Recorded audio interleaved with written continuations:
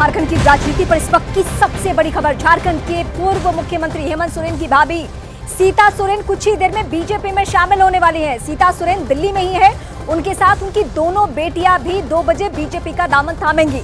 खबर ये मिल रही है कि पार्टी उन्हें झारखंड की चतरा या फिर धनबाद लोकसभा सीट से उनको टिकट दे सकती है। आज सुबह ही सीता सोरेन ने जेएमएम और विधायक पद से इस्तीफा दे दिया। चुनाव से पहले सोरेन परिवार में ये बड़ी फूट के तौर पे आप देख सकते हैं। अपने इस्तीफे में सीता सोरेन ने नाम लिए बगैर हेमंत सोरेन पर गंभीर आरोप लगाए हैं। उन्होंने साफ लिखा, पार्टी और परिवार दोनों ही जगहों पर उनको अलग थलग किया जा रहा था। मैं सीधे अपने सहयोगी अमित पांडे का रुख करूंगी। अमित, इसकी शुरुआत, इसकी पटकथा उसी दिन लिखी जा चुकी थी जिस दिन झारखंड में सरकार के ऊपर खतरा।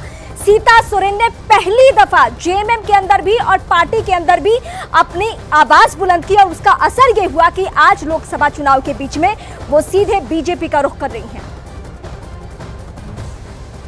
देखिए रीमा, मैं आपका सवाल का जवाब 2 हिस्सों में देना चाहूँगा। पहला तस्वीरों में देना चाहूँगा। देखिए पीछे आप देख सकते हैं, इस फ्रेम में किसी भी वक्त सीता सोरेन जो है वो यहाँ पर दिख सकती है। इसके अलावा बीजेपी के झारखंड के प्रभारी लक्ष्मीकांत वाजपेयी इस वक्त यहाँ पर मौजूद है।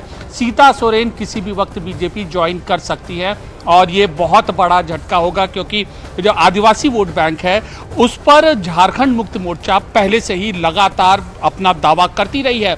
तो इसमें सेंध लगाने के लिए, सोरेन परिवार में सेंध लगाने का ये पहला बड़ा मौका होगा। हाल ही के सालों में बिरसा मुंडा की विरासत कौन आगे ले जाए, झारखंड मुक्ति मोर्चा इसमें हमेशा बाजी झारखंड में हथियाने में आगे रहती है। और पीएम मोदी का जब दौरा यहाँ पर होता है झारखंड में, वो बिरसा मुंडा का जिक्र करते हैं, लेकिन इनको कोई एक ऐसा आदिवासी चेहरा नहीं मिलता है। सीता सोरेन के रूप में ये बड़ा चेहरा होगा और इसको आने वाले दिनों में चुनाव प्रचार अभियान में बीजेपी इस्तेमाल करेगी, क्योंकि ये भी आदिवासी समुदाय से ताल्लुक रखती है। अब आप पूछ रही थी कि क्या ऐसा हुआ।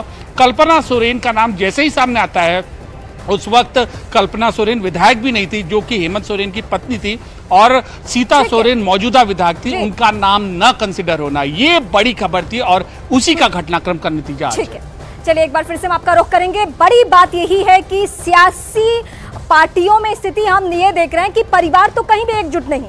चाहे वो बिहार हो, वहां चाचा भतीजा एक हो जाते हैं, यहाँ देवर भाभी अलग अलग हो जाते हैं। चाचा भतीजा की तनातनी की स्थिति यह है कि सीधे एनडीए का दामन छोड़ देना पड़ा पशुपति पारस को। यहाँ सीता सोरेन, जैसे ही कल्पना सोरेन का नाम आता है, यानी राजनीति में जैसे ही वो सक्रिय होती है कल्पना सोरेन, वैसे ही भाभी नाराज हो जाती हैं, जेठानी नाराज हो जाती हैं और सीधे बीजेपी का दामन आज वो थाम लेंगे।